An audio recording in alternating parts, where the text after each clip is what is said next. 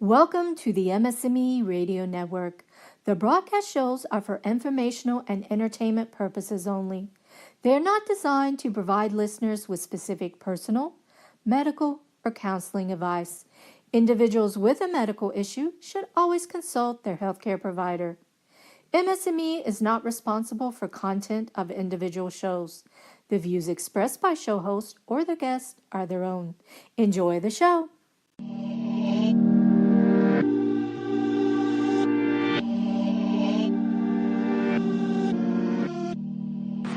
Yo, and hello, folks and family. Happy March, and hello again. Welcome to MS and Millennial Shit. I'm your host, Ange, and I'm so happy that you're here listening to the podcast today. And I, of course, want to start off with just a quick check-in. So, it's been a pretty good week. I wanted to definitely highlight that, the Oscars just happened and Selma Blair definitely showed out on the red carpet looking regal and luxurious and just so strong in her ness since coming out about her diagnosis with MS last year. I've really been following her closer. I love Selma Blair, but she really was quite a sight at the Oscars, and so she was just a very big symbol of strength that night, for me personally, and for many of us, I'm sure, in the MS community. And not only that, but I got to see her Good Morning America interview, and that was really eye-opening and incredible too, because I had not recognized that the vocal quality is affected by MS as well. And that makes a lot of sense, but I never would have put one and one together to make two. And thank you so much, Selma Blair, for that. Just wanted to put that out there. I didn't get to watch the Oscars, saw a lot of the highlights. Congratulations to everybody who, went home with the O. With the W, but with the O, I definitely love you all. Thank you again for listening and tuning in. Be sure to follow during the week on social media. MS and Millennial Shit has both a Facebook page and an Instagram and an email if you're just an emailer. And the email is found on the Facebook page, actually, with also a number. So you can search MS Squared on Facebook, MSSQUARED, and also on Instagram you're going to find us at m.s_squared, and that's how you can search, follow, keep up with everything, and also just build on connections. There's so many people being connected by these social media, hashtag MS Warrior, and finding semblance with each other, and that's really awesome. I'm so grateful for that. I mentioned that in the last episode, as well, the last dose. So, yeah, definitely keep up with each other. Let's keep this community thriving. And I, in that, wanted to also make note that, this show is covering a lot about, my personal journeys through dealing with MS, and also I wanted to include a little more about being a millennial, and so that's what today's episode is about, I guess, for me. Some of the things that I currently, am facing and dealing with as a millennial, and I wanted to go ahead and highlight that. Big shout out to MS&Me Radio also. Before I get into it, thank y'all for housing me here and giving me a platform to speak. And I want to go ahead and get into it. I think that a big part of why I chose the millennial aspect is, for one, I am a millennial. I was born in 1990. Millennials are typically born between, I think, 81 and 94.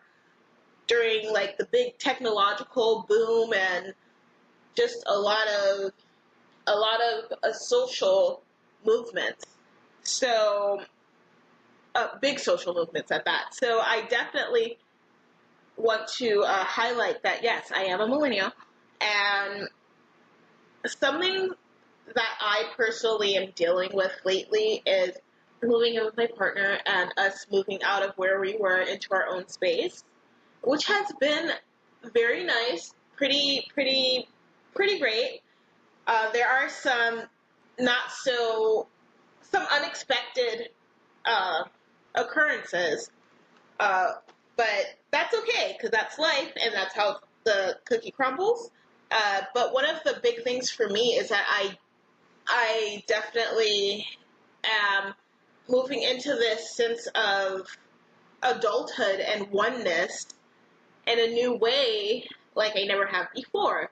I've lived in a place by myself before. It was definitely a different feel, a lot of guidelines, a lot of rules and things like that. Here it's like you gotta put your own rules in place and, just be courteous. And I feel like with the last place I lived at with a bunch of roommates, it sort of gave me that readiness and preparedness to be able to formulate, that doesn't feel right. That's not really what I should be doing, or like it's not considerate. So I really am thankful for the lifelong, actual lifelong roommating system that I've been a part of in terms of dwelling and things of that nature. So that now that I am in a space where it is just me and my partner, I am able to exercise those things and then let some of those things go when appropriate as well. So that's really awesome. And me and my partner are like two peas in a pod, so it's pretty cool because there's not much that we do not agree on when it comes to how we're living and how we're organizing things here and organizing our time.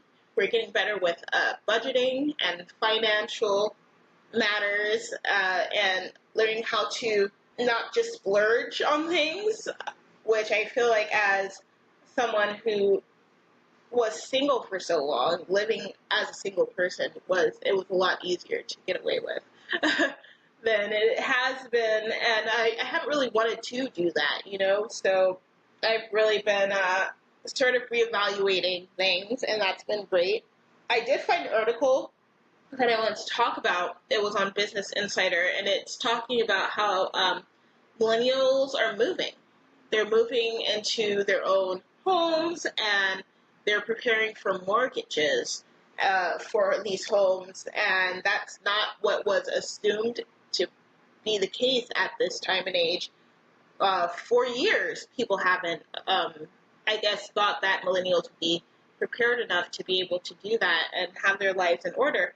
I'm not a millennial that necessarily has their life in order at all in that case, but it was really inspiring to read the article and to see like this is a possibility. I mean, as a young girl, when my mom had multiple sclerosis, I remember I had a dream of buying her a home one day, and never really thought of buying my own house, but the possibility and the tangibility and the actuality that it's become for other millennials means that, it's something I can do, and I would love to do.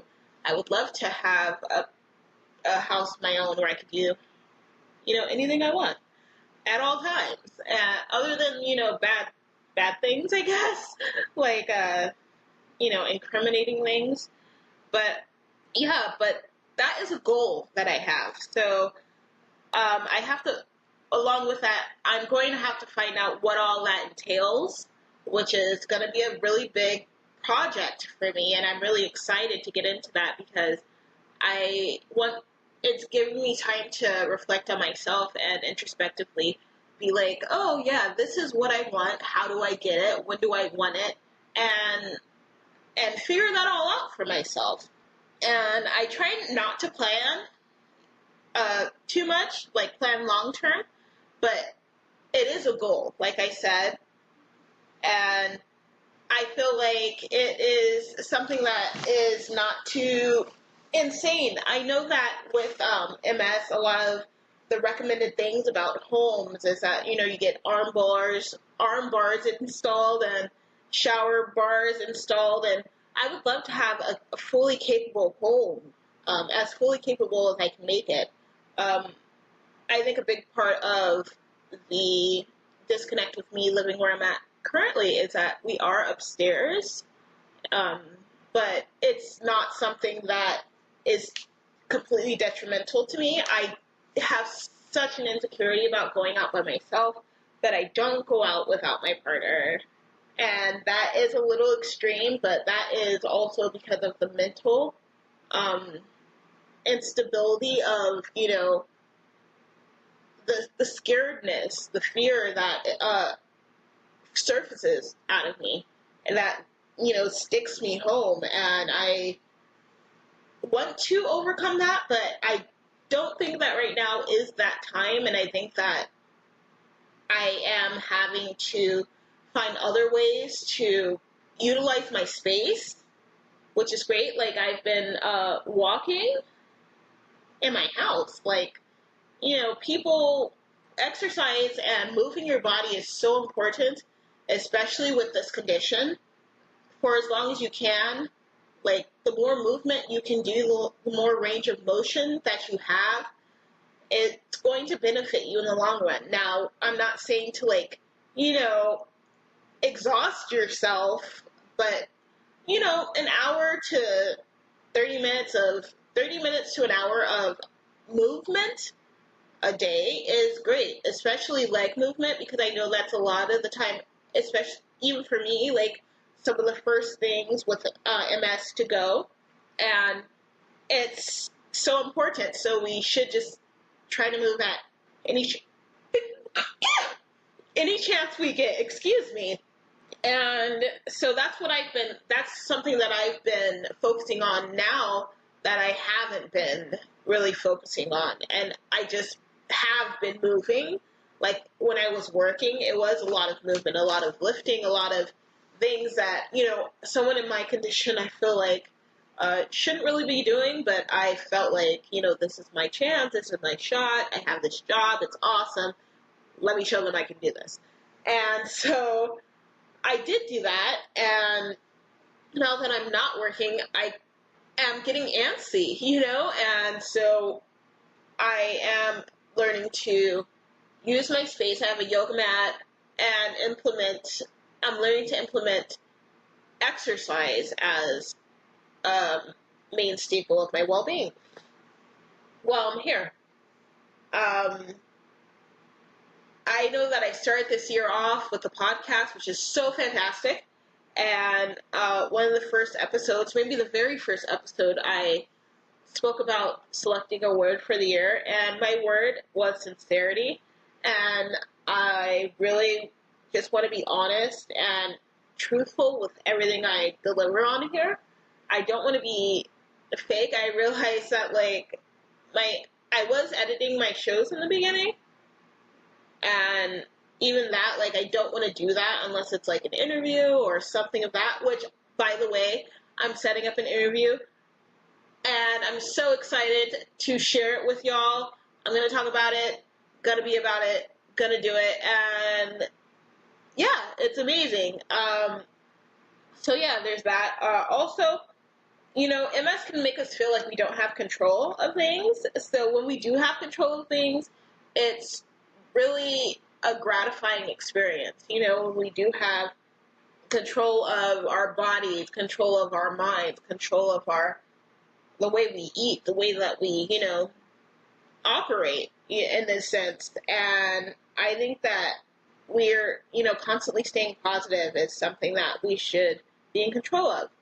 Just because you may have, quote-unquote, lost a battle doesn't mean you're not winning the war. You don't have a chance. And so set goals for yourself. Take more care of yourself. Pay closer attention.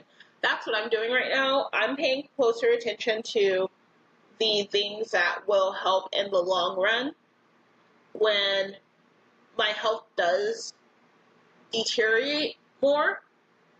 And I'm doing what I can to prevent that happening sooner than it needs to. Vitamins and things like that.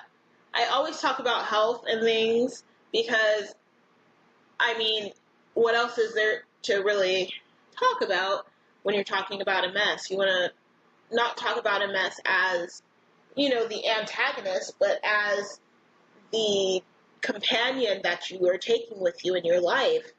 And so with my MS, I have goals as well, such as, working to establish a routine for myself in terms of exercise. And that is so important to me because I am profoundly lazy.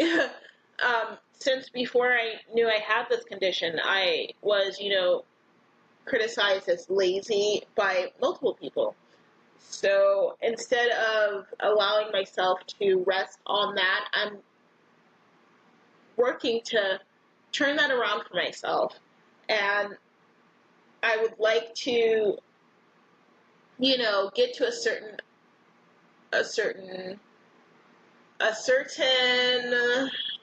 endpoint, destination with this, in spite of my MS. So, or despite my MS. I don't know.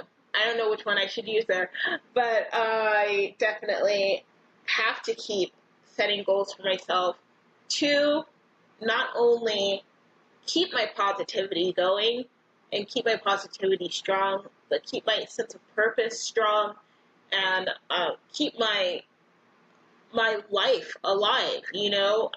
I have seen, where MS can take you, or where MS has taken people. And, my mom was bedridden for 15 years, about pretty much her whole diagnosis. The period of her whole diagnosis, she was pretty much bedridden or wheelchair bound. And I want to make sure that, the quality of living is of a certain level while I'm able to control it, while I am having control. And I am so excited to continue this routine for myself until I get an official routine. So that is what is happening with me in terms of like living in pain and living in vain. Like, I feel like it's so important to get yourself together, to get myself together personally, because who else can I get or have together until I get myself together, So that is a big thing that I've been sort of thinking about. And I've been doing a lot of research, and I didn't really know what to talk about on this dose, but I decided to, instead of relying on the research of MS that I have such an abundance of now, like, to focus on a different aspect. And I sort of had a clearer state of mind with choosing to focus on the whole millennials moving in that article and bridging off from that, because that's important to me too. I'm 28 years old. I'm not even 30 yet. I'm basically 30, but I'm not 30 yet, and I'm not, so, quote unquote, where I should be because of this, that, and the other. So it's like playing a game of, like catch up, but knowing that I'm exactly where I should be, or, I'm very grateful for where I am, at least. And I'm just trying to amplify that with the way that I live. Like I mentioned in the last episode, like, I am not totally living by, my beliefs and how I feel would be most suitable for me. And that's something that I definitely want to continue to engage in, because knowing myself, it's going to benefit me in the long run. So that's really exciting for me to continue on this on this method of living, which is just, taking advantage of the time that I have here on earth and being grateful for the time that I've had and everything that's brought me to this point. So, yeah. Sorry, I sort of went off on a tangent. I feel like, when it rains it pours. Like when I start saying one thing, I'll just go off, and I hope that it's all right and that it's not too much for y'all, and that you're enjoying the show. And I'm so grateful again for the community and everybody that I've been interacting with via social media. That's in the MS community especially. I wanted to go ahead and bring up that I am working to set up an interview with an amazing artist by the name of Lindsay Holcomb. I believe that's how you say her last name. It might be Holcomb, but I will double check when I interview her, and I'll let you know. But she is amazing, and she definitely go check her page out. She's on Instagram, and she has her art up. She replicates MRIs and scans, and the most amazing, like, how did your brain even come to want to put this together this way type of way, and I'm really thrilled to be interviewing her. I like to consider myself a creative myself, so when it comes to connecting with other creatives, whether they have MS or not, but certainly when they have MS as well, I think that is so powerful and so restorative, because it's like I'm connecting with two different groups that I am a part of simultaneously, and I'm able to branch myself out to them and, sort of branch back out to you all to listen to and to enjoy and to share. So that's really excellent, and I'm super excited about it. I am looking at different interviews. I've been trying to get my partner to interview for like the entire month of February, and things have just been going not so well with that. So maybe he'll be on in the next few weeks. I'm thinking, like, we have interviews, like our candid talks, but like never anything relating to MS. So there's that. And then I also found these awesome young ladies who do another podcast, and I really want to reach out to them. And so that is my itinerary. I know I should probably be, like I said I would do, posting it on Facebook. And once I get it all together, I will. It's just not all together yet. So that is part of the problem, just getting everything aligned and getting everything set up quite nicely for the listeners to hear, for you all to hear, for lovely folks and fam that tune in weekly. Maybe this is your first time, and I hope that you come back.